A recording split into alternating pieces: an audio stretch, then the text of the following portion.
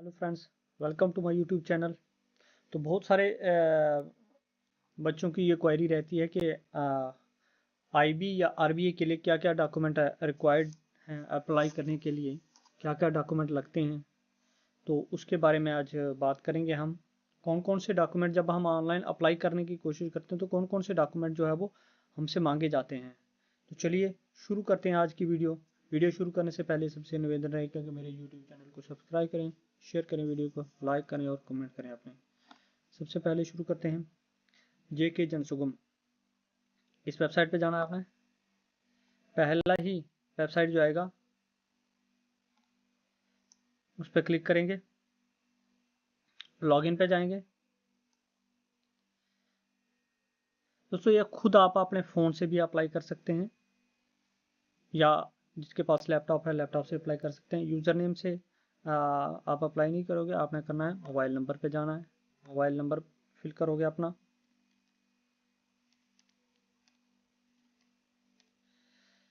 Password less consent देके sign in कर देंगे। आपके फ़ोन नंबर पे ओटीपी आएगा।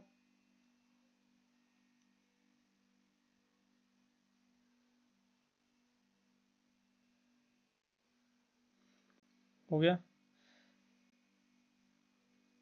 ओटीपी क्या आया? 607 328, सॉरी 607 328। जैसे ओटीपी एंटर करेंगे इस तरीके का कुछ इंटरफेस जो है वो हमारे सामने आ जाएगा। अब हमने अप्लाई करना है। हमने socially and educationally backward classes की क्लासिफिकेशन में आते हैं हमारे सर्टिफिकेट। तो पहले हम ट्राई करते हैं आरबीए के लिए। सर्च बॉक्स में जाएंगे, आरबीए सर्च करेंगे।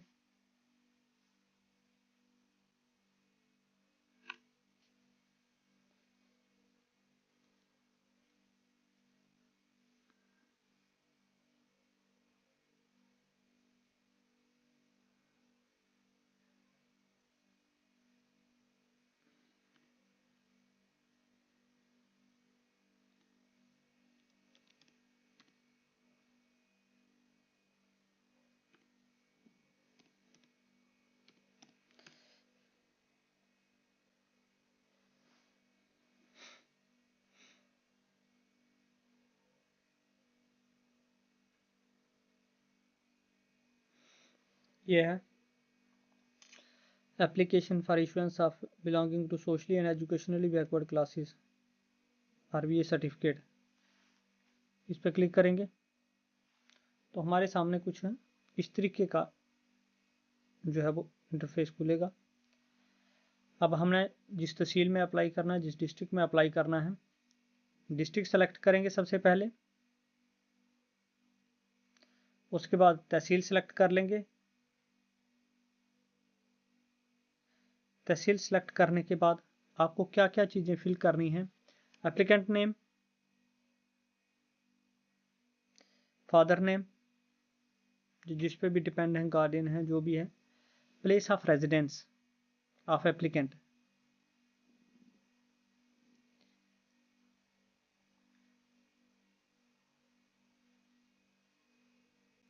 जैसे मैं फिल करता हूँ।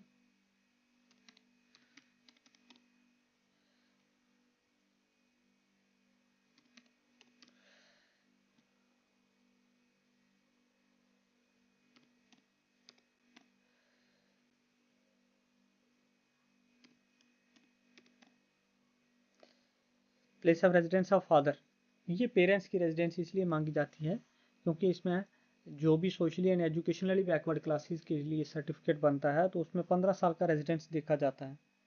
तो इस चीज़ के लिए जो है वो आपसे पेरेंटल एड्रेस भी मांगा जाता है। तो जो पेरेंटल एड्रेस हो वो आपने फिल कर देना है। Whether the applicant is domicile of UT, yes.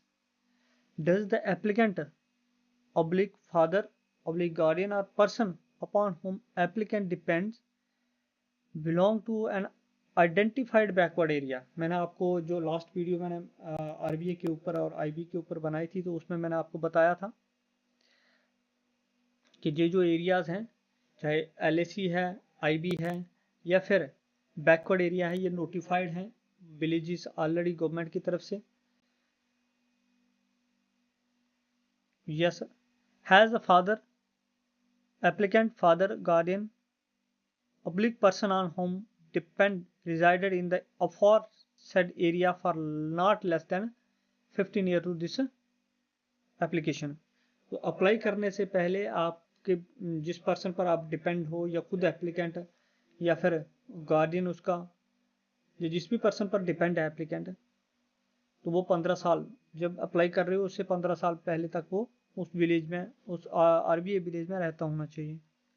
Does the applicant oblique father oblique guardian person upon whom depend is temporarily residing outside the said area in connection to employment, business, professional or vocational reason?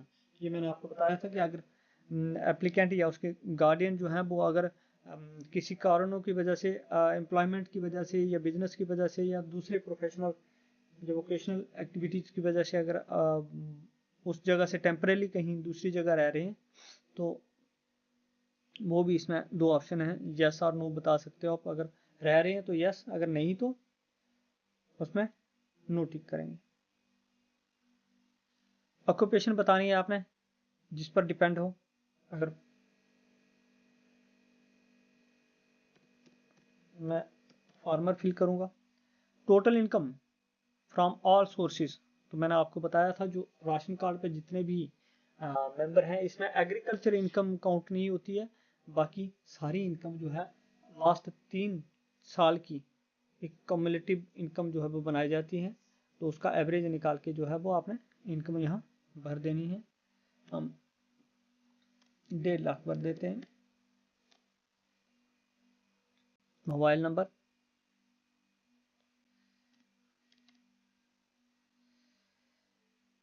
और email, क्योंकि आपका certificate email पर आता है।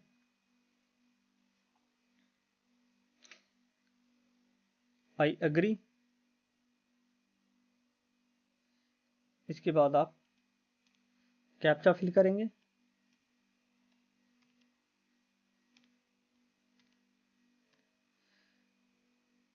Captcha fill करने के बाद आप सबमिट करेंगे। सबमिट करने के बाद जैसे आप सबमिट करेंगे तो आगे इनक्लोजर आएगा। आपने क्या क्या डॉक्यूमेंट एनेक्स करने हैं उसके लिए अटैच एनेक्सर पर जाना है आपने। अब क्या क्या डॉक्यूमेंट इसके लिए लगते हैं ये आपको बताऊंगा। सबसे पहले आपका आइडेंटिटी प्रूफ। आइडेंटिटी प्रूफ में क्या क्या चीज़ें मांगते हैं, इनमें से कोई एक चीज़ होनी चाहिए आपके पास। आधार कार्ड दोनों साइड, वोटर कार्ड के दोनों साइड, बैंक की पासबुक हो, पासपोर्ट हो with address side, domicile certificate हो, ड्राइविंग लाइसेंस हो, पैन कार्ड या फिर राशन कार्ड। इन में से कोई एक आपने आईडी प्रूफ लगाना है। एड्रेस प्रूफ के लिए आपको क्या क्या लगा सकते हैं, वोटर कार्ड लगा सकते हैं, राशन कार्ड, पासपोर्ट, डोमिसाइल, आधार कार्ड, ड्राइविंग लाइसेंस या इलेक्ट्रिसिटी बिल, ये आप एड्रेस प्रूफ के तौर पर लगा सकते हैं। इसके साथ आपको डोमिसाइल, ये कंपलसरी चीज़ें जो हैं। इसके साथ आपने 15 साल का रेजिडेंस प्रूफ जो है वो लगाना है। इसके बाद बाकी चीज़ें जो है वो मैंडेटरी नहीं है, अगर नहीं भी आप अपलोड करोगे तो कोई इशू नहीं है। राशन कार्ड है, वोटर लिस्ट है, रेवेन्यू एक्सट्रैक्ट है, ये लगाने होते हैं, लेकिन ये मैंडेटरी नहीं है इसमें। तो आपको मैंडेटरी ये 4 चीज़ें जो है, एक तो 15 साल का प्रूफ, डोमिसाइल, एड्रेस प्रूफ और आईडी प्रूफ, ये चीज़ें आपको कंपलसरी लगानी है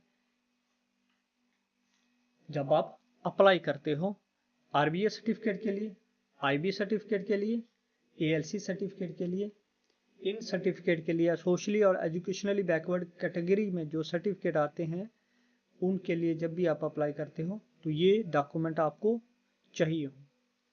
तो ये थी हमारी आज की वीडियो। आज का हमारा ये सेशन यही ख़त्म होता है।